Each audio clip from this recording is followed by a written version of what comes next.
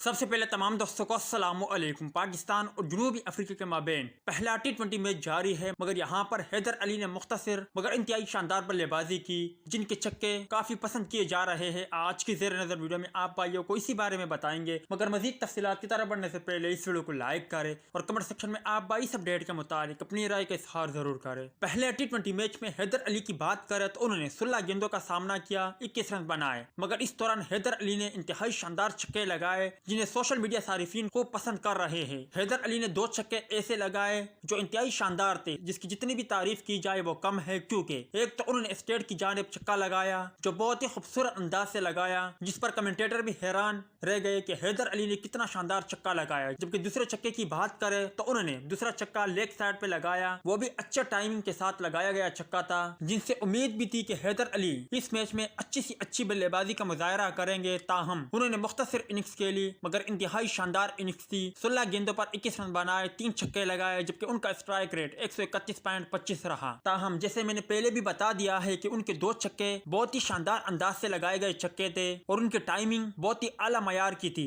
जिसका अंदाजा जेर नजर तस्वीरों से बखूबी लगाया जा सकता है कि उन्होंने किस अंदाज से और कितने खूबसूरत छक्के लगाए। उम्मीद है दोस्तों कि आज की वीडियो भी आपको पसंद आई होगी। मिलते हैं किसी नेक्स्ट वीडियो में, तब तक के लिए इजाजत दीजिए। अल्लाह हाफिज।